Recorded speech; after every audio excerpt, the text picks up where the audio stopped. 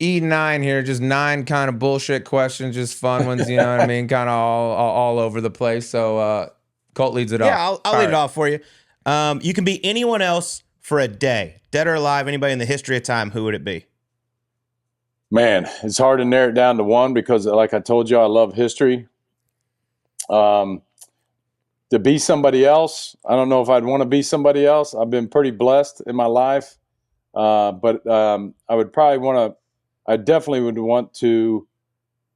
I'm not really answering your question directly. I would definitely like to sit down across from a table to the guy who I won the most awards from, Cy Young. Awesome. And have the opportunity to visit with Cy Young, winning his award as many times as I did. Just 7 of them. Your wife has 3 more club championships. Yeah, but you got to get back in the league. Thanks, guys. Well, hey, it would take that out of this. You edit that. You got to get back with the sign a 10-day with the bananas. Yeah. Get back Oh out my there and God. start slinging. Hey, listen. That was sweet, by the way. Hey, let me just give you the cliff notes on that real quick. My man Jesse running the show calls me, and I blame it on Roy Oswalt and Jake Peavy, who put that bug in his ear that I would come out. And I did. I said, no problem, Jesse, I'll come out. He goes, hey, man, I just need you at the game. And I go, no problem. I can throw out a first pitch about 75, 80 miles an hour. If you want to make it fun, give me an old man's white wig or something, and a rocker, and I'll walk out there like I can't barely move, and I'll rip all that off, and I'll whistle you one in there. And he goes, now that would be great and funny, but I'd really like you to pitch in the game. And I said, dude, are you crazy? I said, you think I'm Satchel Paige? I think Satch pitched in a game professional game when he was 60. And anyway, I ended up throwing way too many pitches. I tried to stay at about 80%. And I had the friggin' ice for 3 days. I was so sore. And it was all awesome. fun and games. And I told Oswalt, be careful because these guys are all swinging the bat. They're, less than half our age. And he ended up getting smoked by a comebacker on his kneecap somewhere or something like that. I was like, oh my gosh. So yeah, you still, those exhibition games, you got to be crazy. But it was fun. I did it for my grandboys. I got twin 7-year-old grandboys. They knew about the bananas. I said, Poppy Rocket's going to go out there and pitch for the bananas. But when I come off the field, all the other guys are going to come out and they're going to do, if I'm saying it right, the gritty. My grandboys know how to do the gritty, and they showed me. I said, you got to do the gritty with Poppy, and they said, we're in, Poppy. You pitch for the bananas, we'll do it. So that's cool. That's the backstory. What a guy going out there and slinging it for the bananas. Good on you for that. All right, correct me if I'm wrong on this, but I don't believe you have a home run in professional baseball. Is that true? Dang. You're right. And my boys reminded me of it a lot. Yeah, of course, as they should. That's what sons do. But if you could go back in time and you could hit one dinger in your career, but you get to pick the pitcher that you hit it off of, who would you want to take yard? Christy Matheson, one of the old time great high leg kicker, one of the old timers for sure. Hey, if you guys, I don't know if you watched it, but I got to play Christy Matheson in the movie Cobb with Tommy Lee Jones and Old School. Saw the clip. And I'm telling you, it felt like we went back old school. So to go back to with this home run stuff, I thought I had one in Colorado. I hit it, and you all know how that wall's short and then it goes high by the scoreboard. I kissed it, and I thought, all right, I got it. Almost missed first base because I was staring at it. Hit first base. Friggin' 1 foot hits on the high wall, doesn't go out. I busted into second. They almost throw me out. I'm bent over, and of course the bench is going crazy. All the guys on the bench are thinking that this is great because here's an old dude got a hit. And so I kind of jacked with him back with my fist, and all of a sudden I realized I can't breathe. This air's thin. I'm on second base, and I can't breathe, man. So I was bent over looking for air. But yeah, my boys bust on me a little bit. All my boys were good hitters. And anytime I started to talk hitting with them, unless they really ask me a pointed question, they'll say, "Hold up, Dad, stay in your lane." They said the only thing you were good at, you were a good bunter. And I go, I appreciate it, boys. So that's good. Yeah, old man did all right for himself. Yeah, they got to give you a hard time. Yes. All right, we're gonna go back to your acting career here. Let's go. Two of the great comedies, which you can't really make them anymore, which is really sad. But you got Dumb and Dumber, and you got Kingpin. You were in Kingpin as Skidmark. But Cam Neely plays Seabass. We're going to put it together. Seabass and Skidmark go toe-to-toe in a fight. Who wins? Oh, well, Cam is. If he pulls my shirt up over my head like he does, I mean, if he can fight on skates, he's going to be really tough in tennis shoes. So, so the backstory on that is the Farley brothers, you know, they're crazy, and they always like to have, you know, somebody in New England, or they're from New England, so they love all of it. They had me written in for sea bass, as you can see by one of the lines when Cam runs out of that bar, and he says, "I'm gonna kill." Where'd they go? I'm gonna kill them. But whatever he says. Try to do it with the text with his Canadian accent, and but anyway, I couldn't do it. The team wouldn't release me to go do it. Blah blah blah. So they go, we're gonna get you in one of these, so just be ready, and we'll find a way to do it, but we're gonna do it. Well, the off season comes, and I get a phone call from them, and they said, we're going to do another movie, and you're in it, and we got you covered. We got a part for you. It's perfect. And I go, I'm not coming until you tell me what what name y'all gave me, because I know if, you know. He goes, no, if we tell you, you won't come. And I go, what's what am I doing? They go, well, you're a shit kicking truck driver. You're going to walk in a bar. Randy Quaid's going to be dancing with your girl. You're going to have an earring and a tattoo, and your name is Skidmark. And I go, you got to be kidding me, dog. And I was like, you got to be kidding me. So we went to Reno for 3 nights. We filmed late at night. And we did about 5 takes for each, for TV, and then no swearing. They said, well, Woody's already dropped the F-bomb a bunch, so it's going to be rated R. And but those guys are fun and crazy, and it was a fun experience for sure. That's so cool. What was the hat that you wore? What did the hat say that you wore in that thing? It's some you guys. What was that? You guys know your stuff. So yeah, my hat was the best. I wanted to keep it. My hat, truck driver, said ass, grass, or cash. No one rides for free. Yeah, that's what I knew. It was something good. They didn't let you keep that? That's bullshit. That's your character. Right, exactly. I agree. That's crooked. All right, my next question is to stay on this same topic. It relates, right?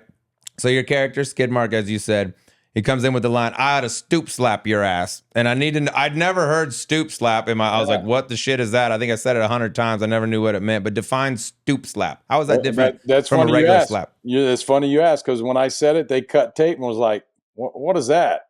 And Woody Harrelson had to clean him up and tell him what it was. He goes, that's perfect. He goes, I said, the three Stooges. Okay. Oh, it's like that. Gotcha. The back and forth open hand. Yeah, okay. That's the stoop slap. The Stooges, yeah.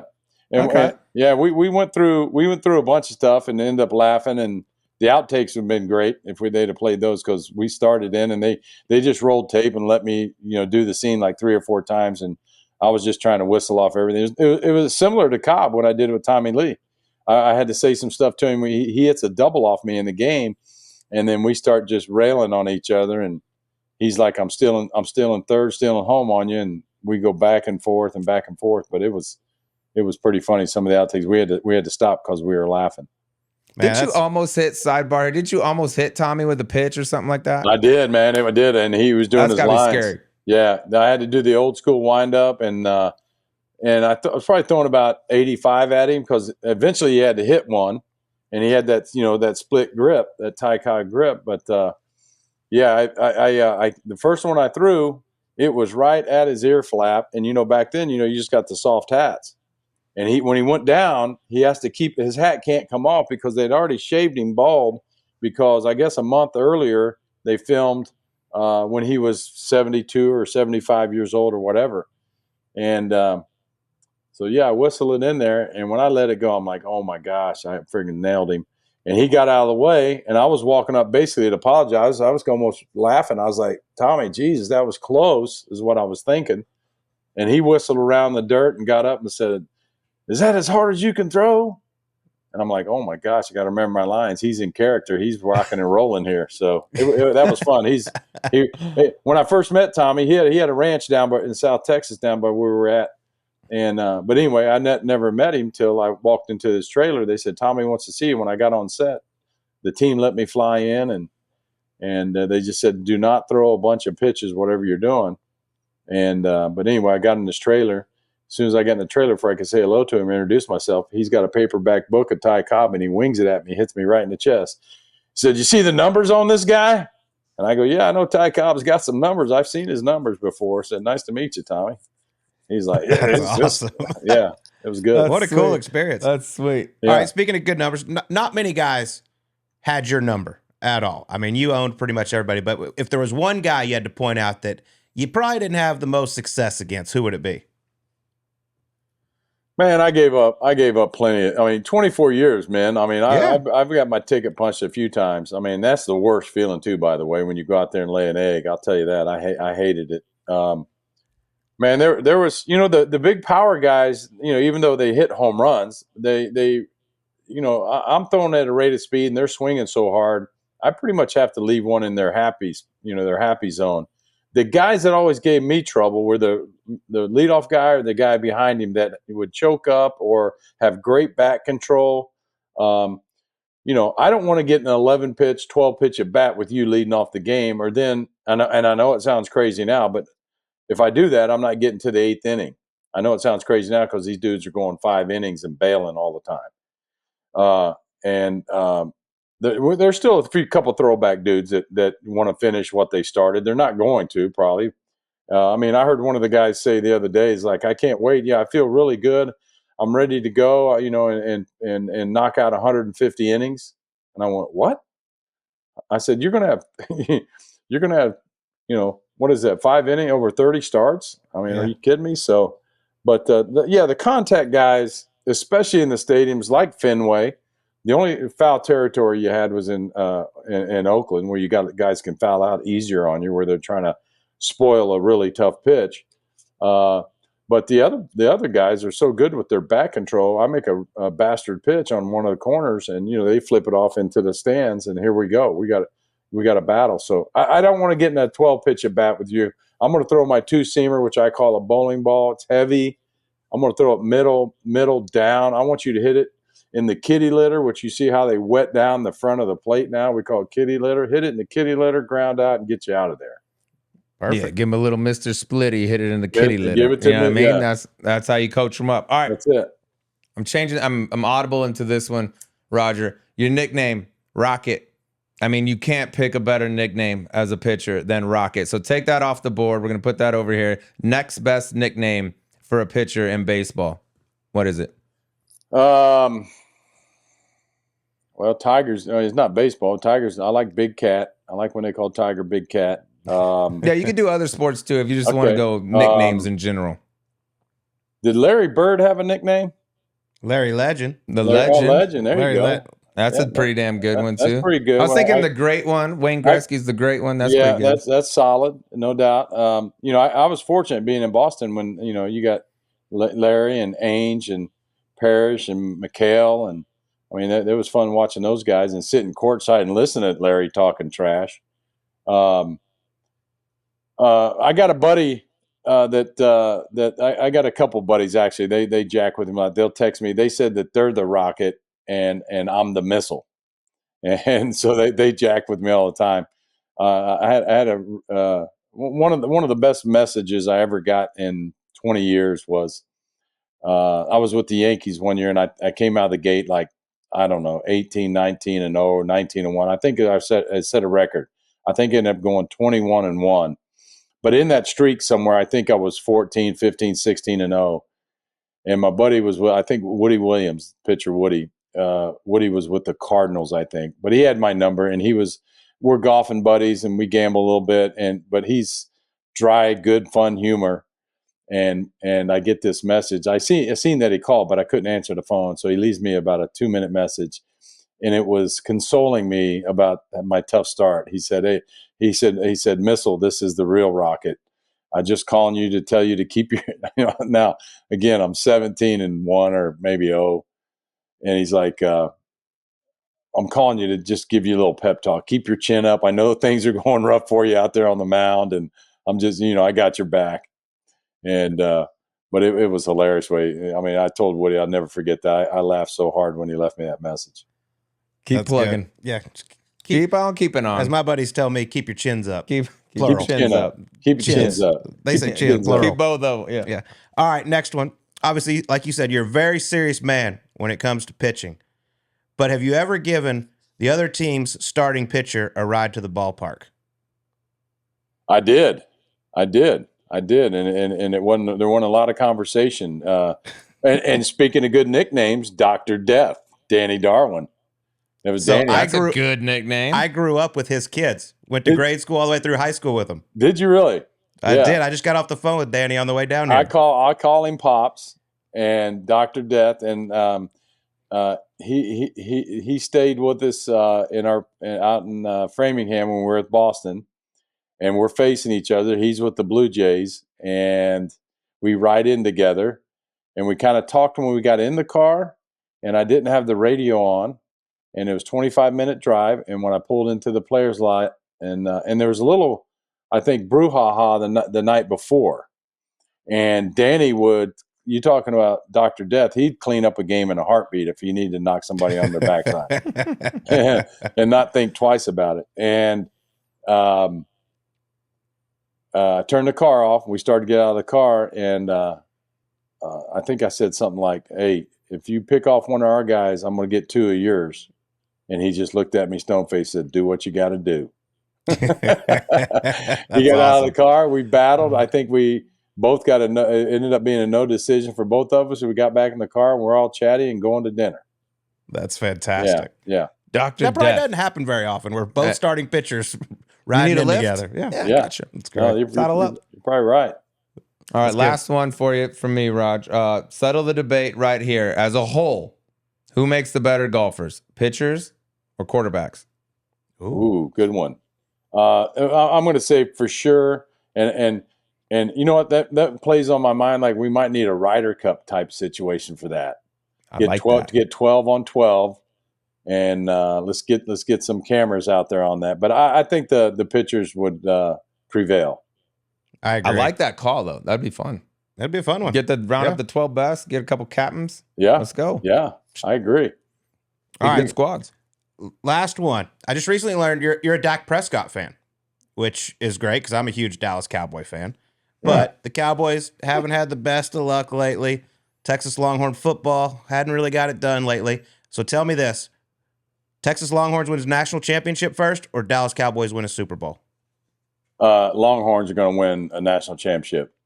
I had a feeling you were gonna say that. And I'm not, I'm a Cowboys fan because I met Jerry and I know a lot of the guys. I kind of root for guys around. The missus is a big Cowboy fan. She did some stuff with the Cowboy cheerleaders. Her family's up from the Arlington area. My oldest son is a Cowboy guy. My number 3 son, Casey's a Cowboy guy. The reason why my number 2 is a Tampa Bay Buck, which his Moon and Stars, of course, when Brady went there, we're all online. I shot a commercial at their stadium, and they gave him, when he was little, a bunch of Buccaneer stuff. The same thing that Cody, who's with the Phillies, he's a cheesehead. And I did a hot dog commercial at Lambeau, and they gave him a bunch of green and gold stuff. So he's been a Packer fan. I actually was a big Raider fan, but I've become more of a Miami Dolphin fan because I got to meet all the coaches and did this past year a jersey swap with Tyreek Hill. And I didn't realize how big of a baseball fan he was. And so, and I really root for my buddies that play in the NFL that I know now. But having said all that, I think Dak's getting too much crap. I think if you're a quarterback in the NFL, you're pretty damn good if you're a starting quarterback in the NFL. And I mean, just be careful because I've had the privilege. I tell people now that I watch baseball I don't like going to the suite. I like to sit down in the seats, and it looks real methodical. When you're on the field and you're standing in a box of me, it's a whole different look. And when you're on the sidelines, and when I go to watch my team, the Longhorns, and they want me to come upstairs and shake hands and kiss babies, I say, no, I want to sit down on the sidelines here, stand on the sidelines and watch the game. And it's amazing to me where I see a guy hit the corner with the ball, and I think he's got 11 yards to get the first down. I said, he's got it easy. And how fast these dudes close, and it's like a car wreck in front of you. It's amazing from watching those guys. And so I can only imagine at the NFL level where everybody's fast, including the 280-pound linemen.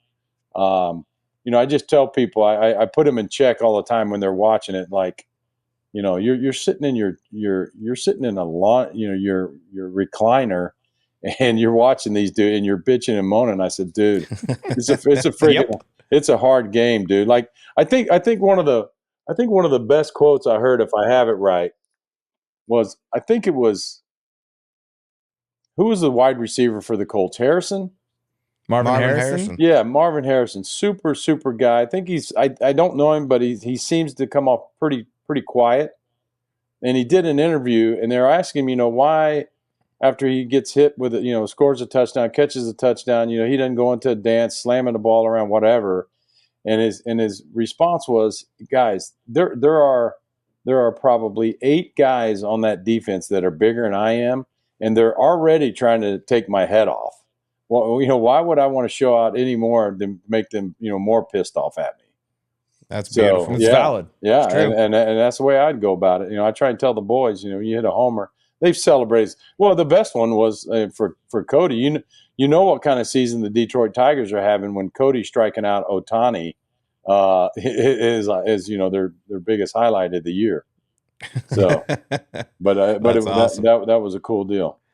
Teach them to do the gritty. We can say this because Sleeves listens to everything. 24-25 season, Texas is back. Texas is, they're pretty back this year. They're getting there. You had something to root for this year. Now, who are you ready to hate the most in the SEC now that you're changing? You got to change some hate. It's game on now, everybody. Be careful what you wish for. And I don't, like I said, I saw Nick Saban's comment, and I met Coach about a week after he shut it down at the Floridian. And I told him, I don't know what your guys take on, but with the portal and all this guys jumping around, I don't know how you recruit or coach them up right now. You can go into a kid's living room, give them your best Newt Rockne speech about coming, playing, get a great education, national championship, this and that, and you get done with your whole spiel, and they look at you and go, "What are you going to pay me? How much?" So, and I get it, yeah. So I just don't know how these coaches do it, man, right now.